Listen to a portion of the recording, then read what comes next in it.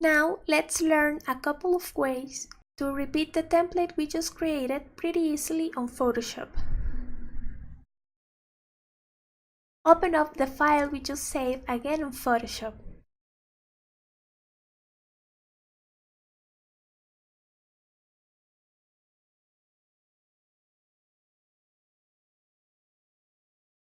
Then you need to go to Edit and then choose Define Pattern.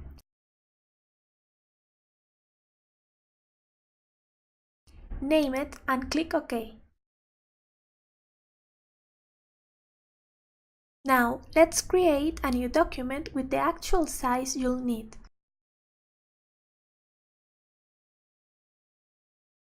For example, let's say you need to print on a fabric which size is 100 by 100 centimeters.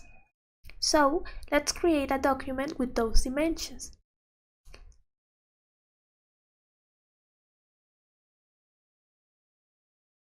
Now let's choose Edit, then in that pop-up menu, choose the option Fill.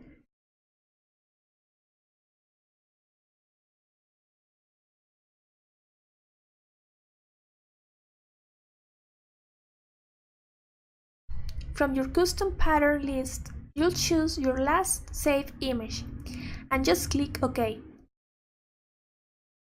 That's it! Now your document is filled up with your pattern.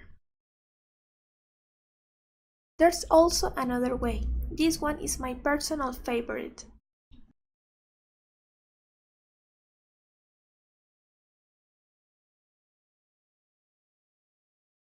You can go to Layer and from the pop-up menu choose the option New Fill Layer and click on Pattern, then just click OK.